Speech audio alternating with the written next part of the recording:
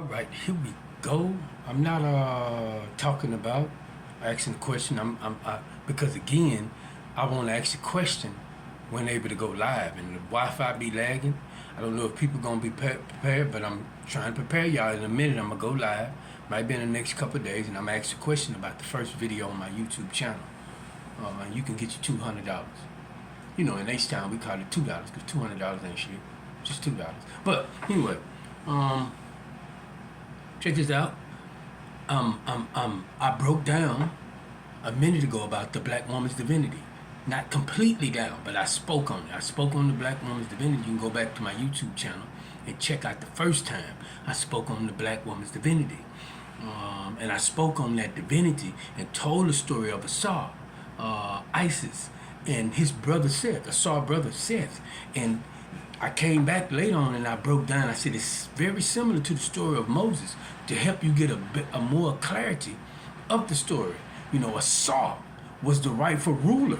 His brother, Asar was the one getting it like, I'm going to give it to you like God gave it to Moses. Asar was the one getting it from Ra, or Ray, whatever name it is. They're supposed to be getting it from the most, whatever, the light or whichever, however you want to call it. But his brother Seth, which was nothing but the opposite essence of him, you know, because we taught that just like up down, when something is created good, the opposite essence of it has to be created. That's the way the universe works. Up down, black white, left right. It's just how the universe works. So a saw. Just look at it this way, ladies. If you catch this video, let's say your nigga, your man, your husband got a business, several business, hustling the streets or what the fuck ever. But he got a right-hand man, right? And his right-hand man might be the one to do all the dirt. You know what I mean? Might be his right-hand man. I don't know. That's his right-hand man. Like Moses and Aaron. Just look at it from that way. And then when he decided to go do time, or he got to go do time, or he got to go out of town for a while, who knows? He might have to go on a run because the feds out there. He decide, I'm going to leave this to my woman. You run everything. And his right-hand man decide, fuck this shit, nigga. All this time I've been rocking this shit out with you, you gonna leave it to this bitch? That's similar to the story in the street matter. But in our story, the story that they, now let's move forward to the story that they gave us. They came and gave us a story. This is what y'all got to remember, youngin'. You youngins, I know people older, 21 and older, y'all about can't hear this shit. I ain't trying to hear this shit because, again, they've been picking us out, putting shit in the spiritual order, decide who's gonna be part of the Christians, Muslims, American. It don't even fucking matter. It's all these different institutions. If you can dig what I'm saying, you got to remember they've been trying to conquer us for the longest. They had been trying, but we was keeping them back. We was holding them back. They kept trying to come and conquer, and they could not do it. And they was trying to do it for thousands of years, but they just couldn't overcome us. Because we were skilled at fighting too. They didn't overcome us until they made the cannon. And I'm saying, if you know the game, just pay attention to what I'm saying. When they made the cannon, then they started to take over. They took over Egypt. And I'm saying Egypt could have been a place like one of the best universities that everybody went to in Africa. But like the scholars, black religious scholars have proven every aspect of Egypt was already present in the whole continent of Africa. So maybe people just decided to go up there, or that was the last standing city. Because again, our scholars have proven they was digging up Sudan.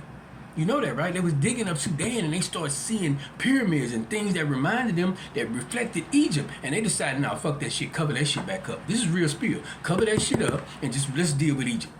Because we can't cover Egypt up.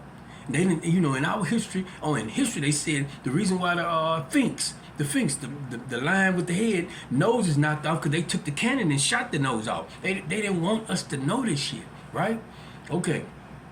So once we lost the war, you gotta understand, if you understand the game, they came with the playbooks. They already took over the Library of Alexandria. Are you trying to tell me our ancestors could not see this coming? They could not see in the minute this motherfucker gonna break through and not leave us a message, knowing this message, y'all gonna need this shit. Y'all gonna need this message. And they put it on the walls. See, you could take the books and change the books. But these walls, these hieroglyphics, oh no, you niggas can't change this shit.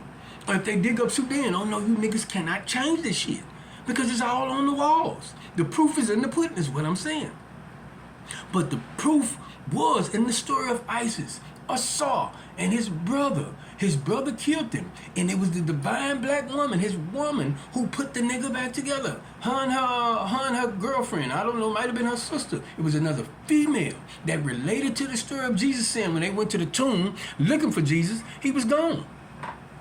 Right? If you can remember that story, it said when they went to the tomb, they was looking for the nigga, but he was gone. Go research our story. It's very fucking similar. But it's the divine black woman that, according to our scripture, let me quit saying story, that resurrected the black man or resurrected her man. And could that be the ancestors trying to show us how it's going to go? Again, they had already took all the books out of the Library of Alexandria, that they called the Library of Alexandria in Egypt. They had already took all the books. They needed them books. And in these books, I'm quite sure our ancestors was prophesying. Just think about it. So they win the war. Do you think after winning the war, to stay conquering these people, whoever they could be, it could have been, let's say we go to conquer India. Why would we give them a book that would unify them? Why would we give them a book that would bring peace? It's not going to happen. That's what the whole story is about when they say God came down and saw what the people was doing and decided, hey man, if I let this keep going on, these motherfuckers will be able to do anything. That's all that story is, giving them instructions. Keep these motherfuckers divided and they can't do shit. But if you let them come together and unify, they'll be able to do anything. What did it say they'll be able to do? They'll be able to build a motherfucking ladder up to heaven. I know some people say Jesus is a ladder. I get it, nigga. What I'm saying is that it's saying they will be able to do anything. So they trying to keep us divided. And they giving us books that keep us fucking divided. But what I'm trying to show you, black woman, is your divinity. Because in our story, and I know, like, I keep hearing, before I decided to pick this stick up again, the black woman ain't gonna accept that shit. She might know it in her spirit, but she is not gonna accept that shit. Like in Christianity, it say Jesus is the chief cornerstone, right? To us, in our church, if you want to call it church, you can call it mosque, the black divine woman was the chief cornerstone. This is no cap, this is real spill. The divine black woman was the chief cornerstone, and this is why some Catholics, they're all about the Black Madonna. They got that from us. That was the original church. That was the call it church, masjid. That was the original way, and this is why the divine black woman, or the woman. Now I understand this. Let me say this. I understand some women, they decide to be temple prostitutes. That's your choice. But, you know, if you dedicate yourself to the church and decide you're going to be a temple prostitute, then you ain't having kids. But the reason why the woman was the motherfucking chief cornerstone was because we understood she had the kids. She had the children. And all her energy, no matter what, it's going to be passed down to that child. And you have a bunch of retarded kids running around suffering from depression, suffering from autism, suffering from a whole bunch of bullshit. Because they TV, let's face it, it's called television. They call it a movie because it moves the energy. It's disrupting the natural flow of everything. And that's the whole point of this shit. And if a woman is watching all type of shit, she cannot give birth to another Jesus. Let's just say, even though that's spiritual. She can't give birth to another Muhammad. Let us say, even though that's spiritual. She can't give birth to a Martin Luther King because her energy is disrupted. So our chief cornerstone was the divine black woman, and it was about protecting her from seeing all type of bullshit. Anything that can disrupt her energy. That way she won't pass that bullshit down to her kids. We can't get another Assault. We can't get another Martin Luther King. We can't get another Malcolm X because her energy has been disrupted through TV, religion, all this shit. Her girlfriends called them tears. Many times I came home and the female I was fucking with be on the phone with her homegirl and homegirl breaking down to what she going through with her man. I hang that motherfucking phone up. No, we ain't got time for that. Because now you finna be mad at me behind what your homegirl going through. But all her energy, this is what y'all gotta realize. Black woman, divine black woman. What do you think that story mean? We gotta look at it from a spiritual standpoint. What do you think that story mean when it says Mary, whatever you want to talk about, or the Virgin Mary, which is the Black Madonna, was a virgin? It's spiritual. It's not about the physical virgin. She was spiritually a virgin. Her energy had not been disrupted. I'm going to try to help y'all out with this, and hopefully you can hear this. A lot of us know the movie 300, talking about Sparta. Let's say the white woman. All she knows is Sparta, Sparta, Sparta. And all she can hear about, all she have heard about was the greatness of Sparta. Nothing else. When she hear about other countries, all she hear about is Sparta conquering these countries, doing great works. That's all she hear about. She don't hear nothing bad about Sparta. What the fuck you think gonna happen when she have a child? And then she's been treated like a queen. She's been treated and uplifted to the utmost. What do you think she's gonna happen when she have a fucking child? How you think that child gonna come out? So what I'm trying to show y'all is, what I'm trying to show you, black woman, is our chief cornerstone, without a doubt. These niggas can argue and say it's a lie, but they know it's the truth. Our chief cornerstone was the divine black woman. That was our chief cornerstone, and it was about protecting her. But again, these niggas slick. These niggas super slick. They'll get you think you trying to save a hoe. And then like what I'm saying, if you decide to dedicate yourself to the temple, okay, that's your choice. But I'm talking about the women who want to be protected, who don't want the bullshit. This is what we was about. This was our whole stand was about, protecting the fucking woman. That reason why you gotta protect her, because she gave birth to, what's that nigga name? Horus?